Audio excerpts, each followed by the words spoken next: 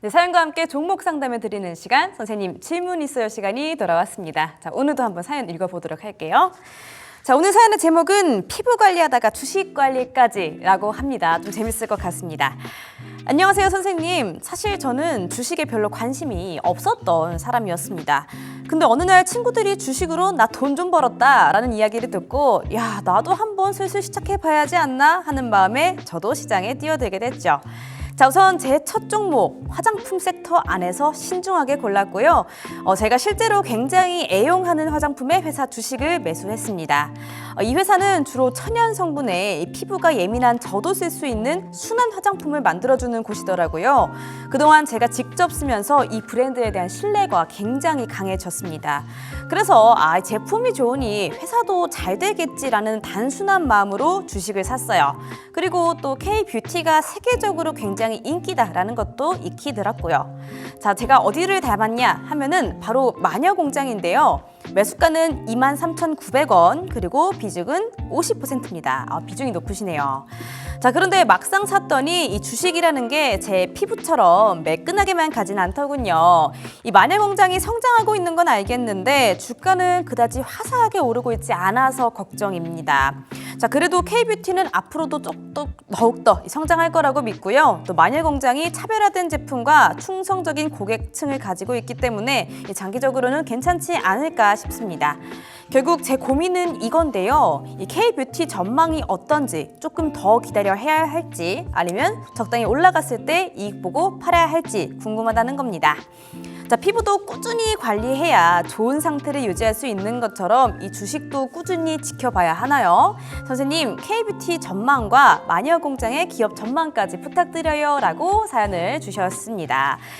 자, 본인 피부처럼 매끈하지가 않다라는 말이 굉장히 인상 깊은데요. 자, 피부라도 매끈하신 게 굉장히 부럽고요. 자, 이제 계좌를 한번 화사하게 만들어 보도록 하겠습니다. 자, K-뷰티 저희 쪽에서도 많이 주목을 하고 있는데 지금 네. 뭐 글로벌 실적을 주시하라고 많이들 알려주셨잖아요. 네. 쌤, 전망 어떻게 보실까요? 이제 뭐 K-뷰티 시장의 전망으로 본다면은 사실 저는 굉장히 우호적입니다. 이 K-뷰티 관련해서는 사실 이제 중국 시장과 많이 연결이 돼 있죠. 저도 이제 이 명동에 가면은 명동에 이제 뭐가 있죠? 거기 이제 뭐 백화점도 많고 뭐 올리브 땡도 많고 굉장히 많아요. 근데 거기를 딱 들어가 보면 중국 분들이 그렇게 많습니다. 진짜 많아요.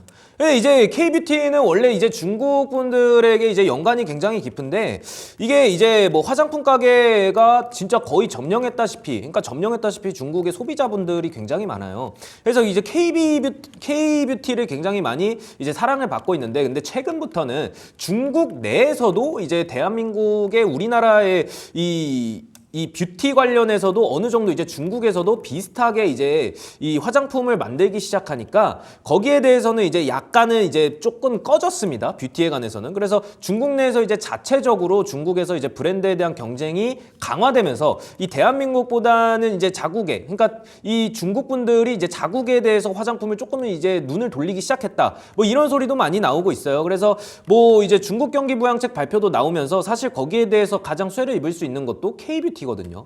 이제 K-뷰티에서 이제 상승을 좀 뒷받침해 줄 수 있습니다. 여기서 이제 우리가 알아야 될 게 사실 이제 실적 성장성에 대한 기대감도 굉장히 커요. 사실은.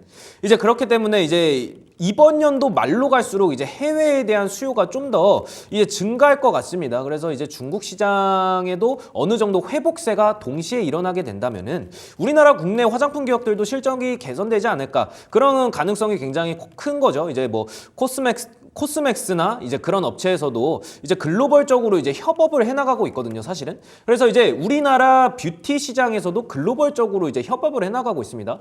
그리고 이 뷰티 관련해서는 사실은 이제 제약하고도 굉장히 많이 밀접해 있어요. 사실 우리가 뭐 여드름 치료, 그리고 뭐 뷰티, 그리고 이제 그 폼 클렌징 같은 경우도 사실 제약이랑도 굉장히 많이 연결이 돼 있거든요. 그래서 우리가 이제 또 먹는, 이게 피부에 양보하세요.